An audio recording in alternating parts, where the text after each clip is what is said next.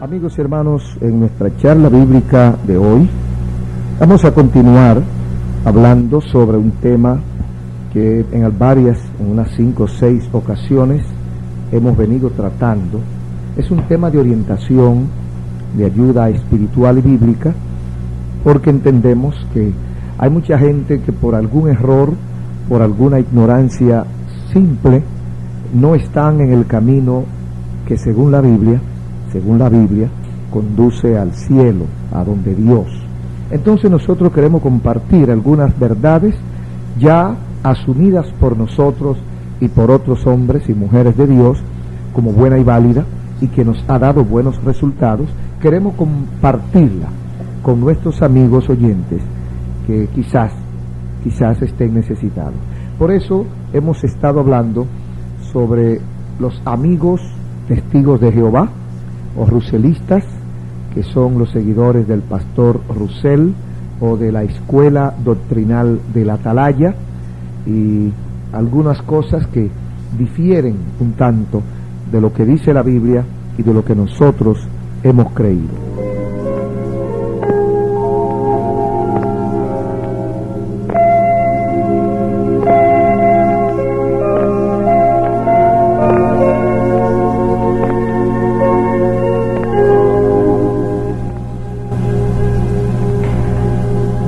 Tenemos pendiente para hoy hablar sobre un poquito, de manera somera, sobre el alma y sobre la muerte, pero vamos a comenzar dándoles algunos datos sobre la palabra alma, que en hebreo es un vocablo que se pronuncia más o menos nefesh, y en griego psique.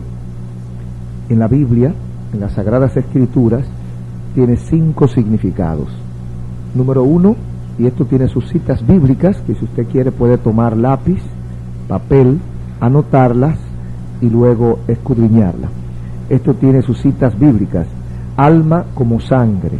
Esto está en Levítico 17:14, también en Deuteronomio 12:23. En segundo lugar, alma como persona. Esta está en Génesis 46:22 y 27. En tercer lugar, alma como vida, en Levítico 22:3. En cuarto lugar, alma como corazón, Deuteronomio 2:30. En quinto lugar, alma como alma, es decir, el alma como centro de la vida moral del hombre, que es responsable y que será juzgada, la verdadera personalidad. No la confundamos con el espíritu. El espíritu es el centro de la vida espiritual, es la sede del contacto con Dios. El alma es el asiento emocional, el asiento sentimental, el asiento moral del individuo, independientemente de que esté o no en comunión con Dios. El espíritu es el centro de la vida espiritual, que en muchas personas, diríamos en la mayoría, está inoperante. Entonces, por eso dice Cristo en alguna ocasión, muertos espirituales. Entonces, podemos también, para ver alguna diferencia, ver algunos versículos que están en Job capítulo 12 y versículo 10, también en Hebreos 4:12, y también en San Mateo capítulo 10 versículo 28, y en Hechos capítulo 20 versículo 10. Hablemos ahora un poquito acerca de la muerte. Por ejemplo, si a usted o alguien nos pregunta, ¿a dónde van las almas de los que mueren? Los amigos ruselistas, testigos de Jehová, responden enfáticamente cuando le preguntan que a dónde van las almas de los que mueren: a ninguna parte, pues no existen. Las almas de los que mueren no existen, según enseñan ellos. La existencia del alma ya ha sido demostrada, y ya hemos visto algunos de los versículos donde la Biblia, desde el principio, desde Génesis hasta Apocalipsis, en la Biblia se hace referencia al alma, y se hace referencia al alma como algo imperecedero. Veremos que con la muerte del hombre, su alma toma un destino inmediato. En esto debemos tener en cuenta lo siguiente. Según los originales hebreo y griego, a través del uso de la palabra gaba, teleute, mavet, mut y tanatao o tanatao, la palabra muerte tiene el significado siguiente: expirar, dar el último suspiro, llegar al fin o término de todo en esta vida, una separación entre el cuerpo y el alma y una elevación o levantamiento a otro nivel de vida, según las traducciones de esos idiomas griego y hebreo. A través de la Biblia conocemos 5 clases de muertes. 5 clases de muerte, y vamos a ver. En primer lugar está la muerte espiritual. ¿Qué es la muerte espiritual? La muerte espiritual, según la Biblia, es la separación entre el espíritu humano y el espíritu divino. La separación permanente entre el espíritu humano y el espíritu divino, o una separación, mejor dicho. Esta separación fue causada por el pecado. Ninguna otra cosa pudo ocasionarla, y lo tenemos en Génesis capítulo 2, versículo 17. Génesis 2, 17. También Efesios capítulo 2, versículo 1, para no seguir dando más citas bíblicas. En segundo lugar tenemos muerte en herencia. Se trata de la muerte de Cristo al pecado, que es heredada por aquellos que entran en la familia divina. Muerte en herencia. También muerte al pecado. Bueno, la anterior podemos encontrar en Juan 1:12. San Juan capítulo 1, versículo 12. También tenemos en tercer lugar la muerte al pecado. Habla de la muerte personal, real, que el hombre experimenta cuando se rinde total y absolutamente a Cristo. Podemos ver en Romanos 6:2, Primera de Pedro 2:24. También la Biblia habla de la segunda muerte. Esa muerte es la muerte del alma y significa separación. Es la muerte reservada a todos los hombres que no hayan aceptado a Cristo como Salvador y permanezcan en la impiedad, en la maldad, hasta la muerte física. Entonces le ocurrirá la segunda muerte, la muerte espiritual, la muerte del alma. Y por último, la muerte física, es la muerte del cuerpo, la que todos conocemos. Hebreos capítulo 9, versículo 27. La supervivencia del alma después de la muerte del cuerpo es algo lógico. Lucas 16, 19 al 31, también 23, 42, así como Filipenses capítulo 1, versículo 21, por último Hebreos capítulo 12, versículo 22 y 23. También Apocalipsis 7, 9 y 14.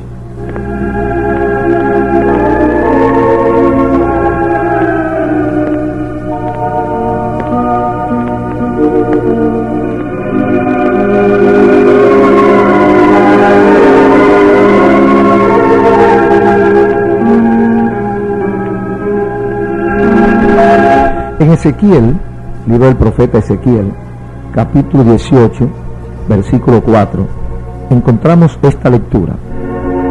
He aquí que todas las almas son mías, dice Dios.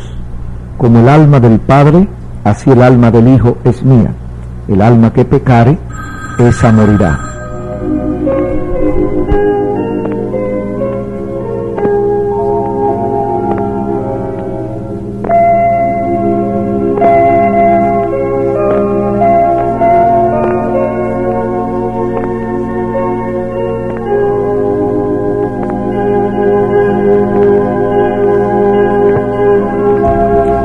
Sí, amigos y hermanos, dice el Señor aquí en el versículo leído de Ezequiel 18:4 que todas las almas son de Él, así como el alma del Padre, el alma del Hijo, y dice también en la última frase, el alma que pecare, esa morirá. El ruselista o testigo de Jehová dice, de modo que el alma muere, ese es el versículo, esa traducción es ruselista de este versículo, de modo que el alma muere. Este versículo prueba que no hay vida consciente después de la muerte. No es verdad, pues basta con ver el contexto de estos versículos. ¿De qué habla el escritor? Está hablando sobre los israelitas que murmuraban contra Dios, al citar un proverbio que decía, eso es un proverbio común en Israel. Entonces ellos lo citaban y decían, los padres comieron las uvas agrias y los hijos y los dientes de los hijos tienen la dentera. Se quejaban de que el castigo por lo que el padre hacía recaía sobre sus hijos. El versículo 4 es entonces la respuesta de Dios. Esto que dije lo dice el versículo 2 del capítulo 18 de Ezequiel. Es decir, los israelitas tenían como costumbre, y lo tenemos nosotros, los padres hacen la maldad y los hijos la cosechan, por ejemplo, o sea, una herencia. Entonces Dios le agrega, no, las almas de los padres y las almas de los hijos son mías. Por lo tanto, el alma que pecare, esa morirá, no importa que sea la del padre o sea la del hijo.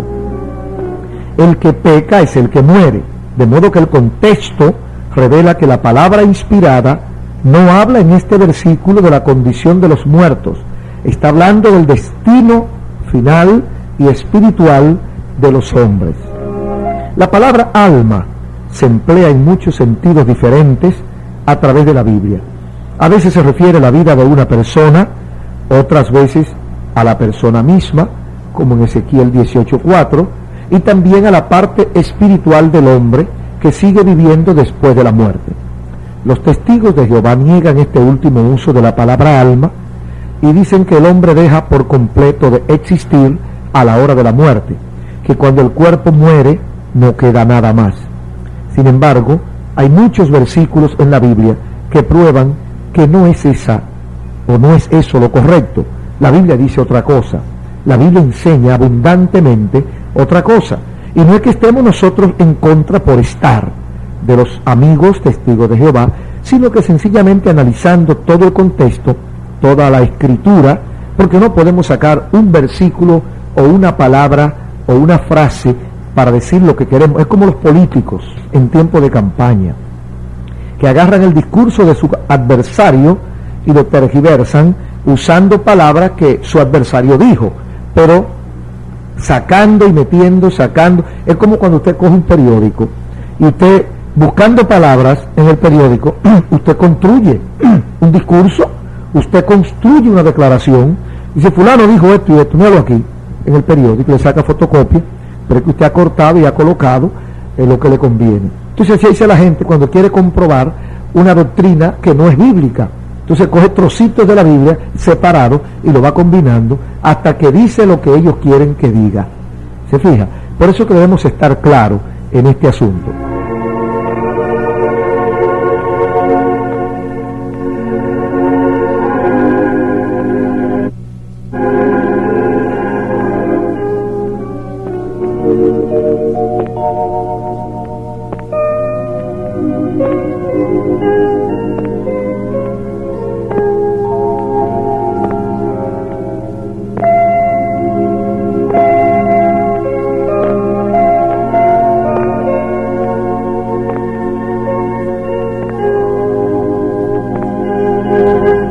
Por ejemplo, amigos y hermanos, en la búsqueda bíblica, nosotros le podemos pedir a uno de nuestros amigos, o le estamos pidiendo a uno de nuestros amigos que nos escuchan, que busquen a Lucas, capítulo 12, versículos 4 y 5. La traducción del Nuevo Mundo, que es la Biblia que usan, la Biblia propia de ellos, de los ruselistas, dice, además les digo, amigos míos, no teman a los que matan el cuerpo y después de esto no pueden hacer nada más. Pero yo les indicaré a quién temer. Teman a aquel que después de matar tiene autoridad para echar en el Gehenna. Sí, les digo, teman a este. Por lo tanto, se puede matar el cuerpo del hombre, pero se le puede hacer algo después de muerto. Se le puede echar entonces el Gehenna. Si, como dicen los testigos, el hombre deja de existir cuando se mata su cuerpo, ¿qué quedaría después para echar en la Gehenna? infierno, sepulcro o lugar de tormento. De la misma manera, el apóstol Pablo escribió en 2 Corintios capítulo 5 acerca del cuerpo como nuestra morada terrestre, cuando dice cuando este tabernáculo se deshiciere. Añadió, más quisiéramos estar ausentes del cuerpo y presentes al Señor. Y advirtió Pablo que es necesario que todos nosotros comparezcamos ante el tribunal de Cristo, para que cada uno reciba según lo que haya hecho mientras estaba en el cuerpo, sea bueno o sea malo. Si los amigos ruselistas tuvieran la razón, ¿cuál parte de Pablo podría salir de su cuerpo para ir a estar con el Señor? ¿El alma o el cuerpo? Y si el cuerpo va al sepulcro y se deshace como polvo que es, ¿qué es lo que va a la presencia del Señor según el apóstol Pablo? ¿No es el alma? También podríamos pedirle a nuestros amigos que leyeran Apocalipsis 6, 9 al 11 en su Biblia. Dice, allí habla de las almas de los que habían sido degollados. Así habla. Entonces le pueden preguntar a Dios cuándo será vengada su sangre. Añade, y a cada uno de ellos se dio una larga ropa blanca. Esto se refiere a Apocalipsis, capítulo 6, 9 al 11, cuando se abre el quinto sello y se ve las almas de los que han sido decapitados, que están clamando al Señor. Así mismo dice la Biblia, las almas de los decapitados. Y uno se pregunta, ¿dónde está el cuerpo de los decapitados según Apocalipsis 6, 9 al 11? Son gente que han muerto en el período llamado de gran tribulación. Entonces su cuerpo ya ha sido deshecho, pero hay algo de ellos que simbólicamente está debajo del altar. Cuando levantan el quinto sello, ellos claman, Señor, ¿hasta cuándo no juzgas y vengas nuestra sangre de los malignos que están en la tierra? Entonces el Señor le dice que esperen un poco de tiempo hasta que sea completado el número, y a cada uno de ellos se dio una larga ropa blanca y se le dijo que descansaran por un poco de tiempo hasta que se complete el número. ¿A quién se lo dijo? A las almas de los que habían sido decapitados. Entonces, si las almas no existen, ¿a quién se lo dijo? Al cuerpo. El cuerpo estaba muerto y enterrado ya. Aunque tales almas habían muerto, se las presenta en la presencia de Dios y conversando con Él. O sea, hay conciencia y hay vida. Veamos, también podemos ver otros versículos como Salmo 146, 3 y 4, Eclesiastés 9, 5 y otros.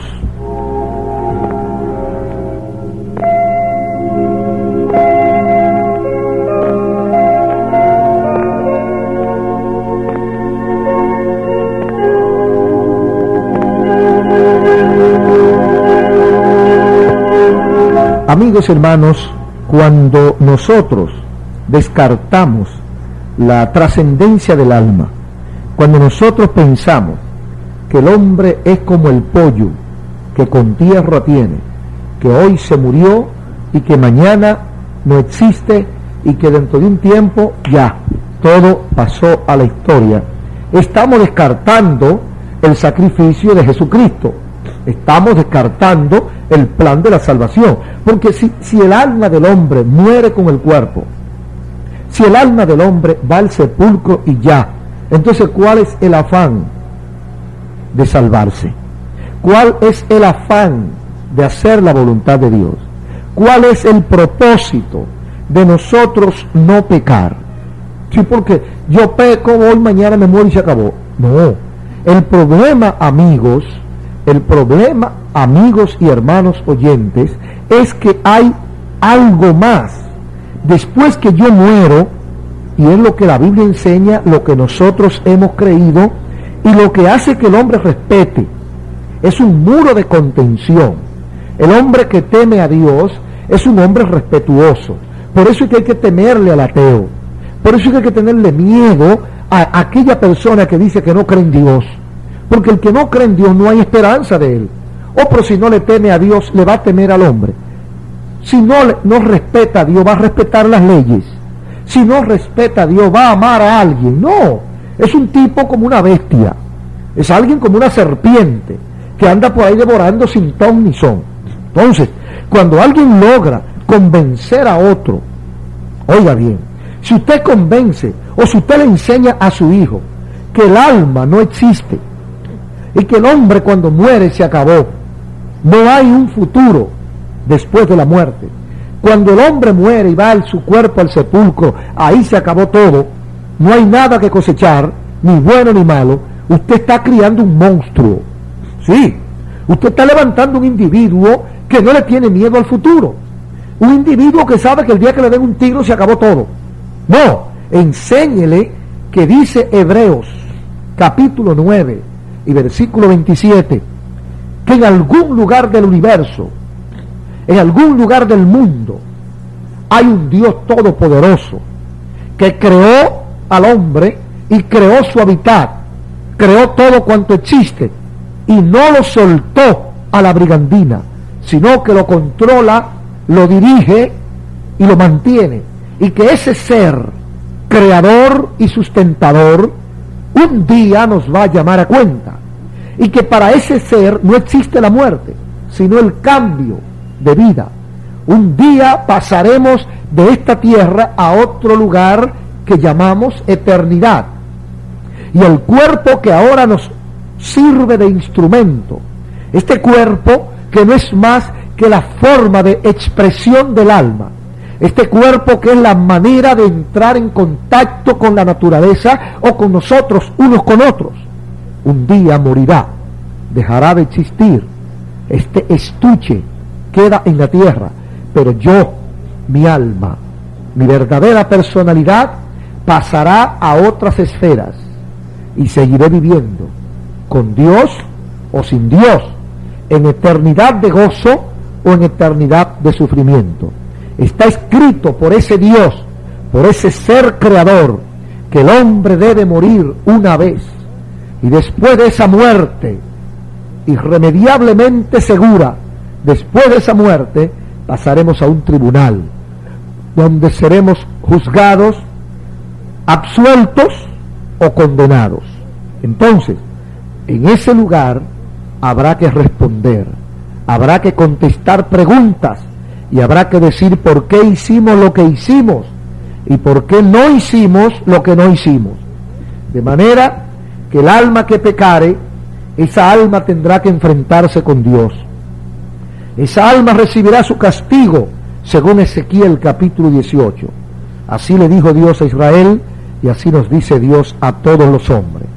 Busque usted la forma de hacer la voluntad de Dios, de respetar, de vivir sabiendo que hay un Dios en el cielo que un día te va a llamar a cuenta.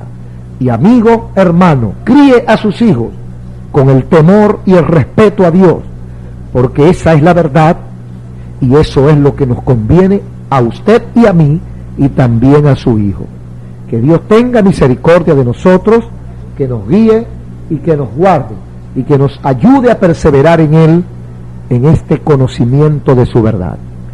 En esta ocasión, una vez más, hemos hablado con nuestros amigos ruselistas, testigos de Jehová, aclarando algunos conceptos bíblicos que a veces quizás por falta de tiempo no han pensado en ello y entonces no pueden seguirlo porque lo desconocen.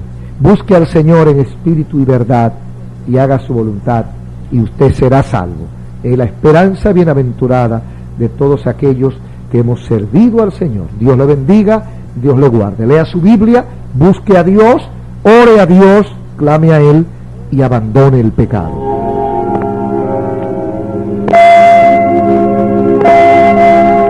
Su hermano Ezequiel Molina Rosario, una vez más, le hizo compañía aquí en esta nuestra charla bíblica. Asista a una iglesia evangélica y persevere en el Señor.